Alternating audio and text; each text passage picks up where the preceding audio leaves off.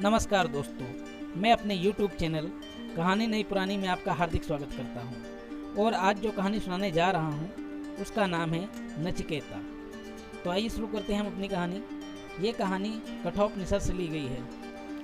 विश्वजीत यज्ञ के पश्चात ऋषि वाजश्रवा ऐसी गायों का दान कर रहे थे जो अत्यंत दुर्बल और दूध नहीं देती थी। ये देखकर नचिकेता उनका पुत्र, जिसकी उम्र लगभग 14 वर्ष के आसपास थी, उसने अपने पिता को कहा कि पिताजी, आप दान में ऐसी गायों को दान कर रहे हैं जो अस्वस्थ हैं और दूध भी नहीं दे रही हैं। आपके ऐसे दान का कोई लाभ नहीं है, क्योंकि जो गाय ले जाएगा उनको ना तो उसका दूध मिलेगा और ना ही अन्य सुविधा जो एक स्वस्थ गाय द्वारा प्राप्त होती है। यह सुनकर ऋषि वाजश्रवा ने कहा कि तुम चुप रहो और अपना काम करो, मेरे काम में दखल ना दो। तब नचिकेता ने कहा कि आपने सभी दुर्बल और जो दूध नहीं देती थी ऐसी गायों को दान कर दिया। मैं भी तो इस घर में कोई काम नहीं करता, आप मुझे किसे दान देंगे? नचिकेता को ऐसा कहता देख उसके पिताजी ने कहा कि तुम चुप रहो और चुपचाप अपना काम करो, मुझे मेरा काम करने दो। लेकिन नचिकेता नहीं माना। उसने पुनः अपने पिता से कहा कि बताइए ना पिताश्री, आप मुझे किसका दान कर रहे हैं? पिताजी ने दोबारा उसे चुप रहने का आदेश दिया। लेकिन तब जब तीसरी बार नचिकेता ने जिद की तो वाजश्रवा ने कहा कि जाओ, मैंने तुम्हें यमराज को दान दिया। इतना सुनते ही नचिकेता ने कहा कि धन्यवाद पिताजी, अब मुझे यमराज के यहाँ जाने की आज्ञा दें। ऋषि वाजश्रवा को अपनी गलती का एहसास हुआ और उन्होंने नचिकेता को ऐसा ना करने के लिए कहा। लेकिन नचिकेता ने कहा, आपने मुझे यमराज को दे दिया है, अब जब यमराज आपके पास मुझे दोबारा आने के लिए कहेंगे तभी मैं आपके पास आऊँगा, अन्यथा नहीं। नचिकेता पिता से आज्ञा लेकर यमलोक की तरफ चल दिया। नचिकेता जब यमलोक पहुँचे तो उन्होंने यमलोक का दरवाज़ा बंद पाया, तो वे वहीं रुककर यमराज का इंतजार करने लगे। 3 दिन तक लगातार नचिकेता यमराज के दरवाजे भूखे प्यासे पड़े रहे। 3 दिन पश्चात यमराज आते दिखाई दिए। तब नचिकेता ने हाथ जोड़कर यमराज का अभिनंदन किया तथा यमराज ने कहा, तुम कौन हो और यहाँ क्या कर रहे हो? तब नचिकेता ने अपनी सारी कहानी सुना दी और बताया कि मैं 3 दिन से आपके दरवाजे पर खड़ा हूँ। यमराज को यह देखकर बड़ा दुख हुआ कि एक ब्राह्मण बालक उनके दरवाजे पर 3 दिन तक भूखा प्यासा पड़ा हुआ है।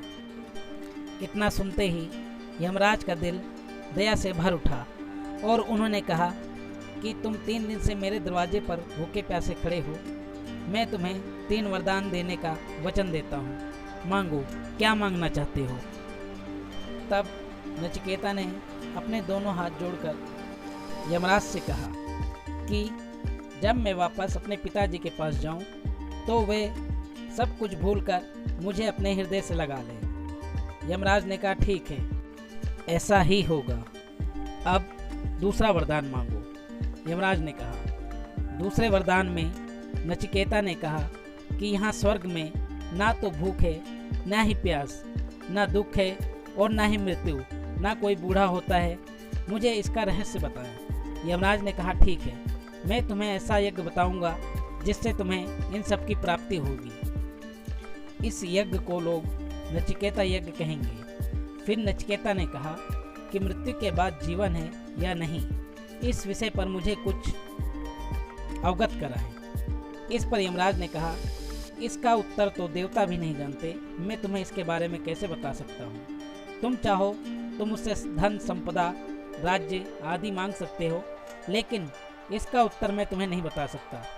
तब नचिकेता ने कहा कि यदि इस रहस्य को देवता नहीं जानते तब तो कृपया करके आप मुझे इस बारे में ज़रूर बताएं। तब यमराज बोले, ठीक है, तो ध्यान से सुनो। मनुष्य के पास 2 मार्ग होते हैं। पहला ये कि जो बुद्धिमान अपनाते हैं सद्मार्ग, अपनाकर आत्मज्ञान की प्राप्ति कर लेते हैं। दूसरा वह मार्ग है जो मूर्ख लोग होते हैं, वो भोग विलास का मार्ग अपनाते हैं और वह जीवन और मरण के चक्कर में उलझ कर रह जाते हैं। मनुष्य जब मृत्यु को प्राप्त होता है तब उसके शरीर का नाश होता है, आत्मा का नहीं। नचिकेता कहता है कि ये दोनों एक नहीं होते। यमराज कहते हैं कि नहीं, दोनों एक नहीं होते।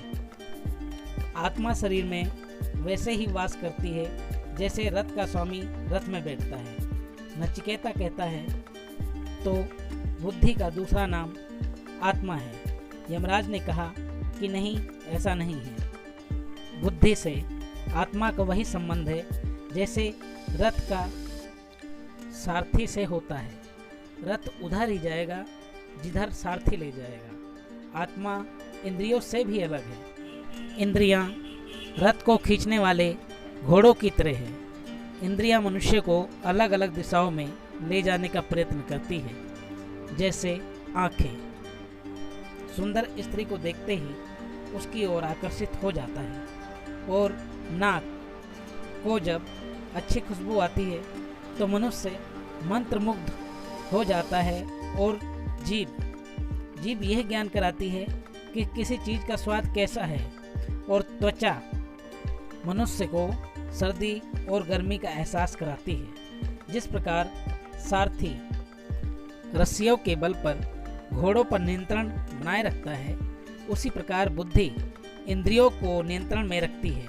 जिस प्रकार सारथी अगर अपने घोड़ों पर नियंत्रण नहीं रखेगा तो वह उस जगह कभी नहीं पहुंच पाएगा जहां उसे जाना है। उसी प्रकार मनुष्य भी यदि अपनी इंद्रियों को वश में नहीं रख सकता तो अपने लक्ष्य को प्राप्त नहीं कर पाएगा। और आखिर में नचिकेता ने पूछा कि मृत्यु आते वक्त किन लोगों को कष्ट नहीं होता। तब यमराज ने कहा कि जिसने पाप ना किया हो, जिसने कभी दूसरों को पीड़ा या कष्ट ना पहुंचाया हो, जो सत्य के मार्ग पर चलता हो और जिसने अपने कर्तव्य का पालन पूरी निष्ठा से किया हो, ऐसे व्यक्ति को मृत्यु कभी पीड़ा नहीं देती। इस प्रकार यमराज ने नचिकेता को आत्मा का ज्ञान कराया।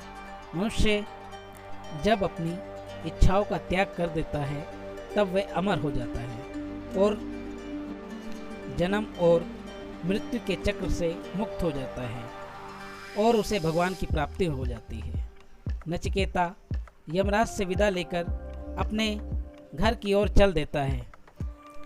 नचिकेता को घर आया देख ऋषि वाजसर्वा उसे गले से लगा लेते हैं और प्रसन्नता से कहने लगे कि तुमने मृत्यु के द्वार से वापस लौटकर मेरा मान बढ़ाया है। तुम्हारे मुख पर अलौकिक तेज है। मैं तुम जैसा पुत्र पाकर धन्य हो गया। इस प्रकार दोस्तों ये कहानी ख़त्म होती है। अगर ये कहानी आपको अच्छी लगे तो ये चैनल लाइक व सब्सक्राइब कर सकते हैं। हम अगली नई कहानी में आपसे फिर मुलाकात करेंगे। तब तक के लिए मुझे आज्ञा दें। धन्यवाद।